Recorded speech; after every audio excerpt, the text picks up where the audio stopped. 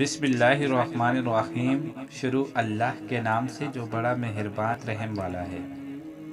حضرت خالد بن ولید رضی اللہ تعالیٰ عنہ کے انتقال کی خبر جب مدینہ منورہ پہنچی تو ہر گھر میں کہرام مچ گیا۔ جب حضرت خالد بن ولید کو قبر میں اتارا جا رہا تھا تو لوگوں نے یہ دیکھا کہ آپ کا گھوڑا اشجر، جس پر بیٹھ کے آپ نے تمام جنگیں لڑیں، وہ بھی آنسو بہا رہا تھا۔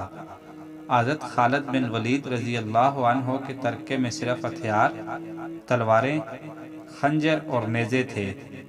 ان ہتھیاروں کے علاوہ ایک غلام تھا جو ہمیشہ آپ کے ساتھ رہتا تھا۔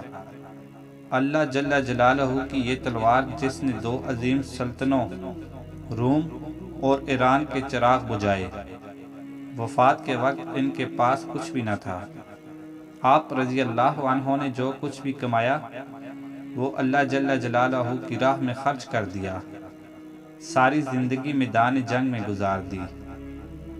صحابہ رضی اللہ عنہ نے گواہی دی کہ ان کی موجودگی میں ہم نے شام اور عراق میں کوئی بھی جمعہ ایسا نہیں پڑھا جس سے پہلے ہم ایک شہر فتح نہ کر چکے ہوں، یعنی ہر دو جمعوں کے درمیانی دنوں میں ایک شہر ضرور فتح ہوتا تھا۔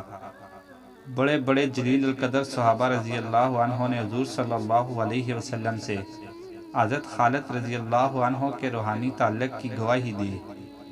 خالد بن ولید رضی اللہ عنہ کا پیغام مسلم امت کے نام: موت لکھی نہ ہو تو موت خود زندگی کی حفاظت کرتی ہے۔